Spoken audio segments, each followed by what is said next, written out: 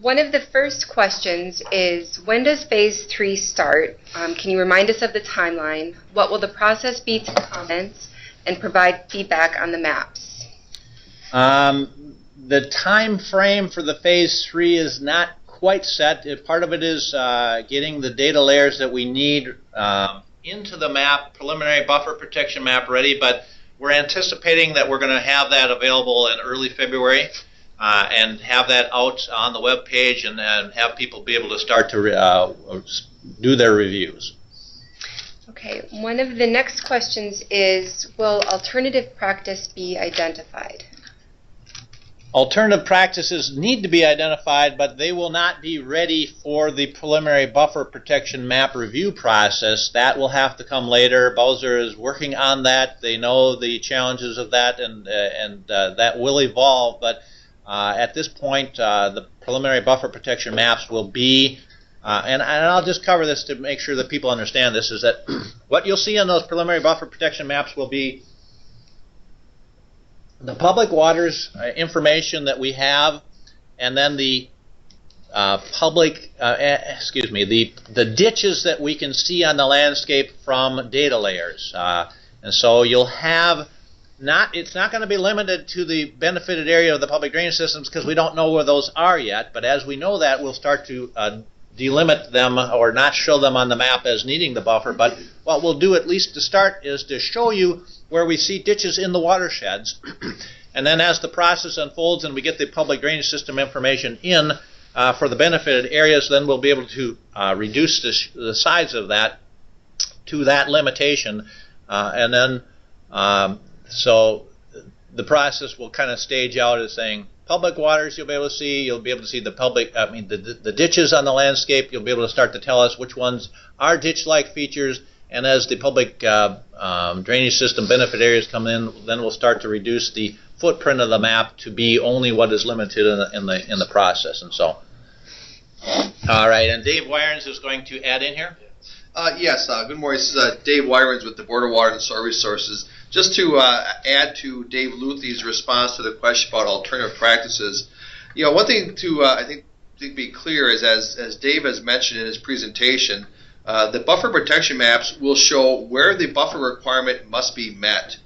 Landowners individually will have the option of installing a buffer or exploring the use of alternative practices, so that it will be a case-by-case decision on the part of landowners on deciding the course of action they wish to take. So as we develop guidance on the alternative practices and how and where they can be used, as well as in the future as we're doing the monitoring of the progress of implementation, we'll take account for where landowners choose to use alternative practices, but there really is no way for the maps to show where those would be located, because that's going to be, again, a landowner by landowner decision on which course of action to take.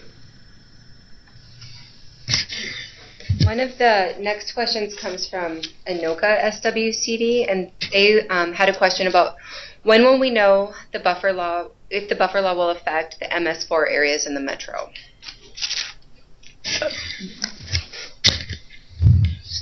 This is Dave Wirens with Bowser again responding. We'll be the key issue here with the MS4 communities is that there are requirements that the Pollution Control Agency implements through local governments, mainly within urban areas, to deal with stormwater runoff and stormwater management. We'll be engaging and talking to the PCA about how they view the implementation of their program in connection with the exemption that the law provides for, because the law does provide a fairly broad sounding exemption. The key thing we'll have to determine is how does the PCA view that particular program, and I think we'll also have some eye on how consistent are the requirements that are being followed to the requirements of the buffer law as we go forward with that. We certainly need to make a decision on that in advance of July 1, so that when landowners are expected to start to decide what to do with their riparian areas, they need to know if they're exempt or not. So we have an obligation to get the information out in advance of the maps being done.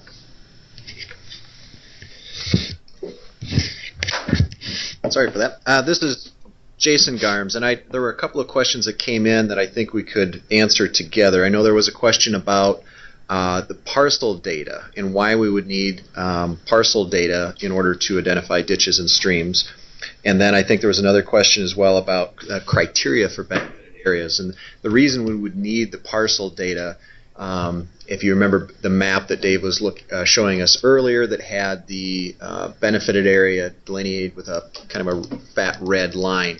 In order to get that benefited area, we need information from the drainage authorities. And that data is also available in parcels. So the landowners in that benefited area, it will show up in their parcel data as they're benefiting from that and paying costs associated with that. So that parcel data helps us identify where these benefited areas are. That's not a data layer we have that has to be created as part of this project. And as far as the criteria for those benefited areas have already been established when the public ditch system was created, so was the benefited area. And those may change over time, but they are something that the drainage authorities have right now, and we're getting from them.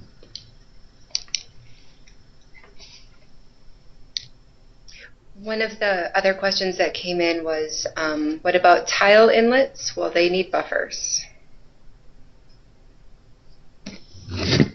I'm going to put Mr. Wirens on the spot.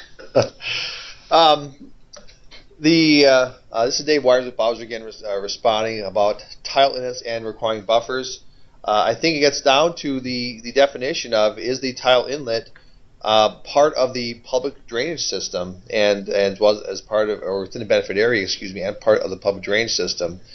Certainly, tile lines themselves will not require a buffer in our current interpretation of the law. And I think it'd be unlikely that in most cases the buffer law is going to require, but it does depend upon landscape features and how in fact lays out. I think we also look at the criteria that Dave Luthier had gone through. If you look at tile inlets, if they don't meet those criteria, then I would venture to say that a tile inlet would in fact not require a buffer as we're defining it. That is a critical importance of those criteria that are clearly understandable and usable on the ground, so that everybody can make a common and consistent decision on where is a buffer required and where is it not when it applies to the public drainage system.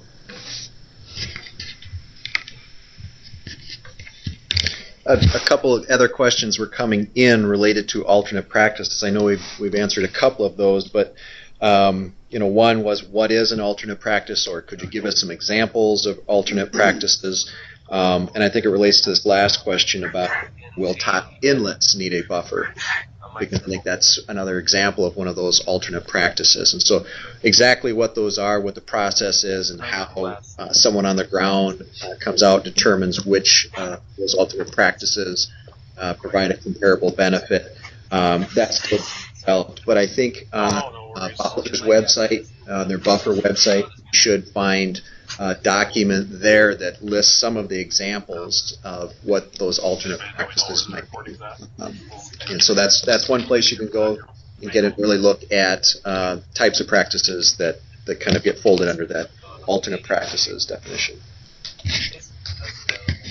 The thing I would answer too, because I've worked in the landscape in agricultural areas for a long period of time, is that a lot of times the tile inlets are not in that immediate buffer area. They may probably be set back behind it because there was a bank or something that was put in and it blocked the normal flow across the landscape directly into the drainage system or to the public water. And so then they installed tile to direct it to the public drainage system. So those, in my mind, those will likely not be something that may get caught by the buffer process itself, but the subdivision for this law actually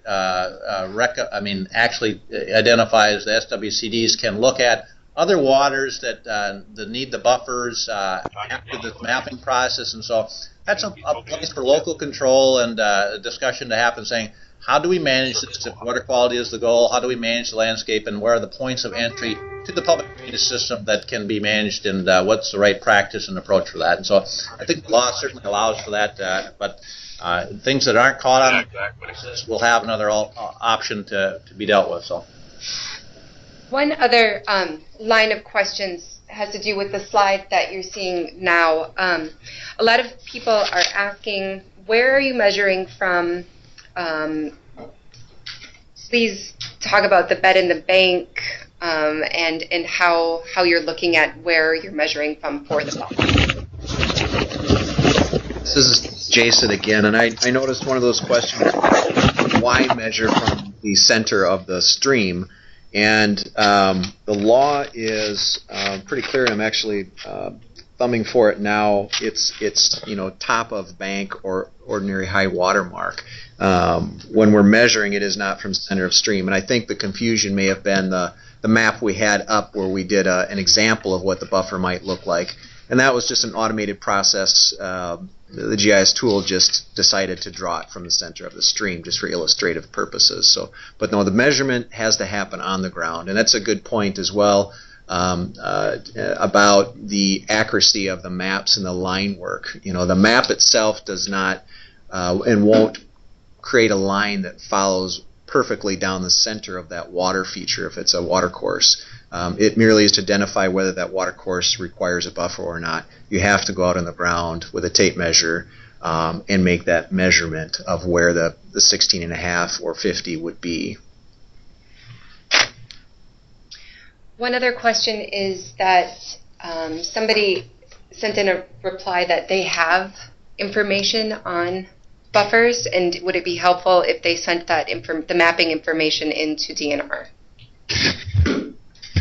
Absolutely. Anything that you have in any form, we will take it in and look at it.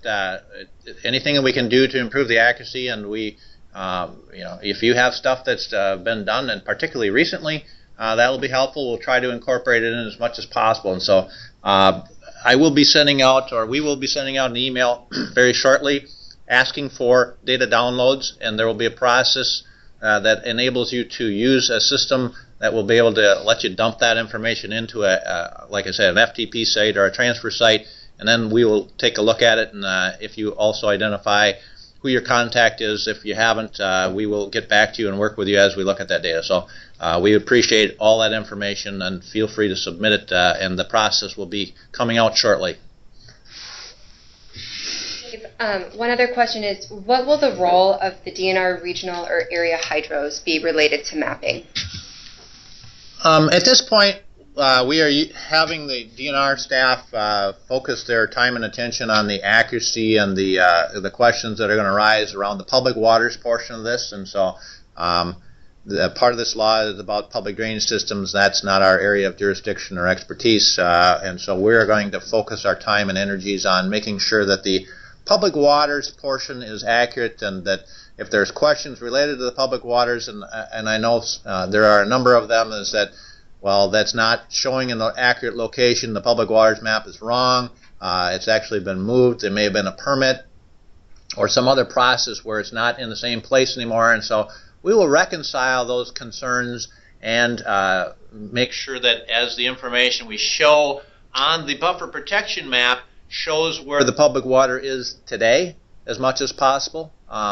It's not a jurisdictional map or where we require permits on. That will continue to be the public waters map itself until we get that amended or updated. But for this process, we will be involved with the public waters portion as our primary focus. So if you are looking to ask field staff to assist in any kind of local review process based on their knowledge of hydrology in their watersheds, you can ask. That's a local ask that would actually have to go to those local staff, and they'll have to determine if they have time to help you and in all their other work responsibilities. But our involvement is primarily going to be making sure that public waters information is accurate. I wanted to circle back again. This is Jason Garms. There was the question about defining bed and bank, and what we're doing right now is working on some different measures or metrics and how that might be defined. It is one of those criteria that needs a little bit of framing, and so we're playing with some different slopes and depth of and things like that, and modeling that to see what that looks like. But that will be coming out shortly, and so that particular criteria will get unpacked a little bit as we go, and we're very close to that. There were a couple of other questions I could probably answer quickly. One about haying and grazing on buffers. The law is clear. It does not restrict those uses as long as perennial vegetation is maintained. They may be hayed or grazed. It does not restrict that. Another question about if a ditch is replaced with a tile, then they're okay. And the answer is yes. If they put the whole system into a tile, they would not need a buffer. And so that may happen in some cases. Cost benefit will probably play into that. But to that question, that is possible.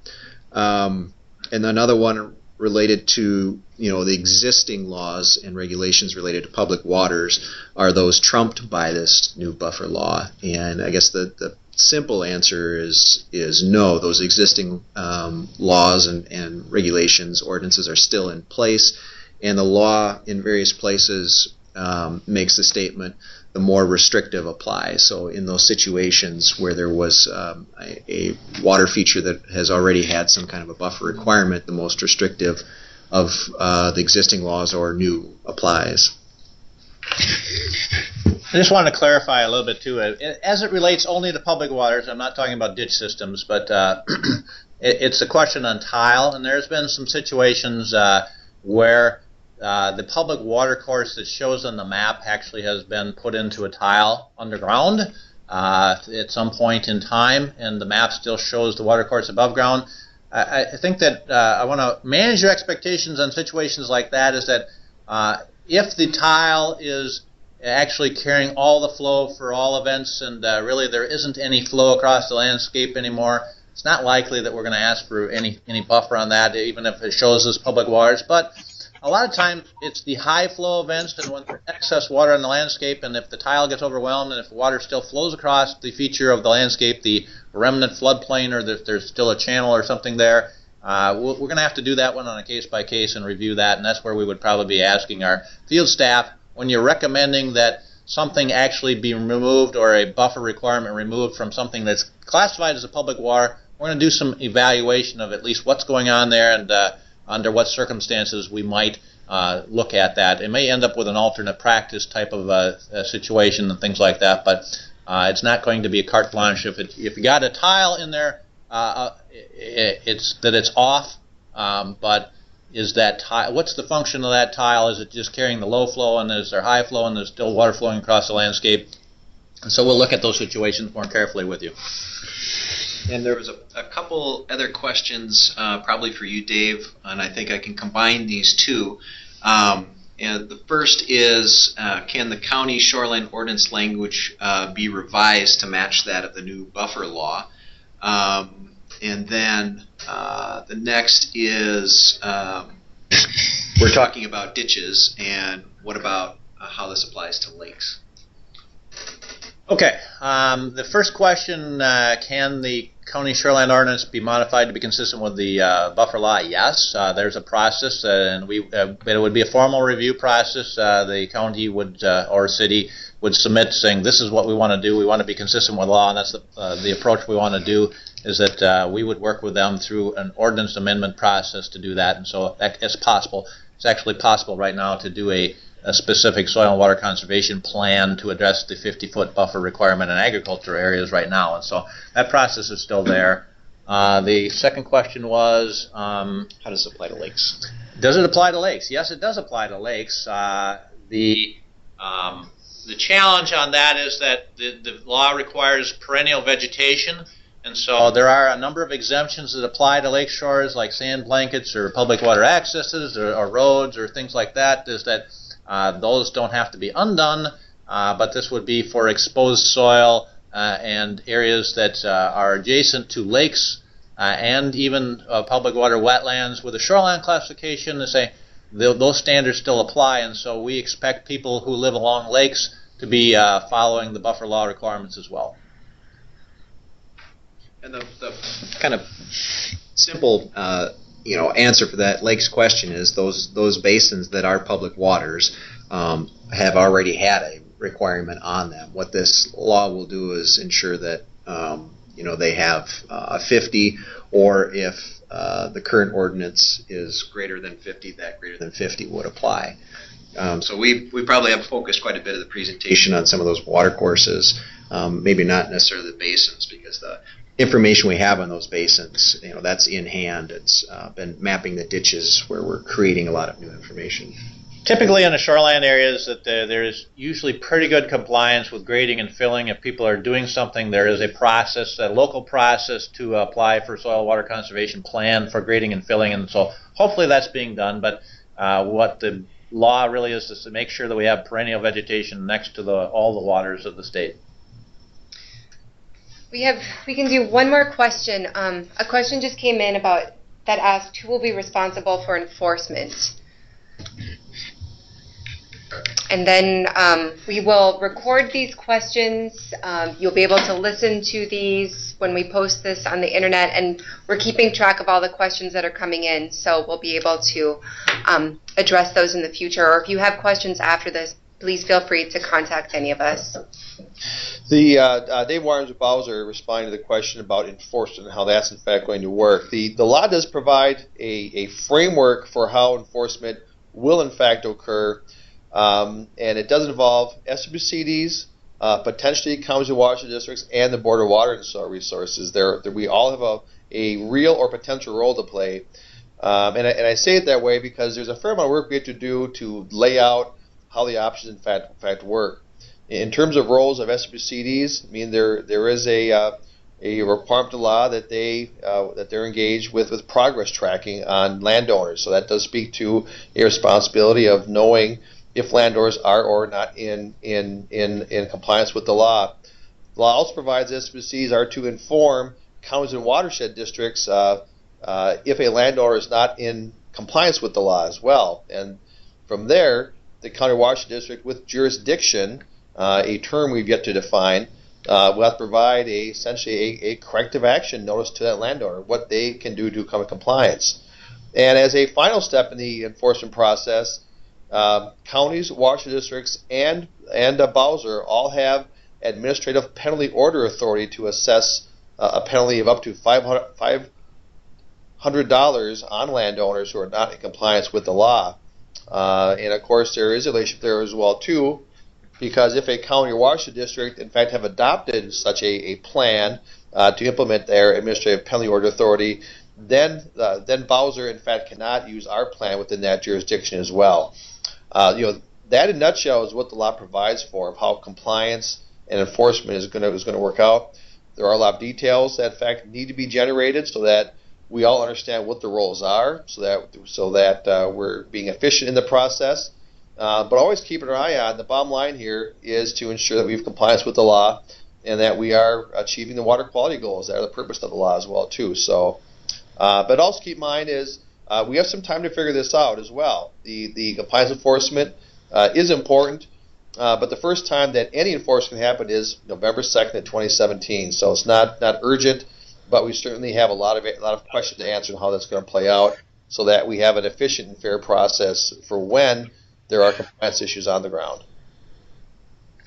All right. Thank you, everybody, for tuning in. Again, we've had some questions about when this will be posted. We will get it posted as soon as possible. I'm guessing in the next week or so is what we'll be aiming for. We'll send out a note to your associations to get the word out to you. It'll be posted on the DNR Buffer website. So if you've been looking at that site for the FAQ and other questions that you may have, it'll appear on that same site. Dave, do you have anything to? Just as you contemplate a local process, I've talked with Leanne Buck of Minnesota Association of Soil Water Conservation Districts about a desire to pull local teams together. Anything that we can do to support those local teams process and either training or answers to questions like that, we think that would be a very efficient process to have the consolidated local review and be able to work with your landowners consistently and knowing what each other is saying. And so we want to support that process, and whatever we can, if you're going to actually pull something like that together, just keep Leanne and others informed, and we will try to work with you through that process along through all these other things. get ready for the data request to transfer information that you have in digital form. That will be coming out soon. And then for those of you who only have paper, we'll still keep in touch with you. Hopefully you had a chance to do our data survey, and we will be looking at what you submitted on that. And that's also on the web page. And so more to come. The review process will be coming soon. The preliminary maps will be coming out, and all kinds of people will be interested. And so we want to make sure that you have the best information and ask questions if you need help. All right. Thank you, everybody.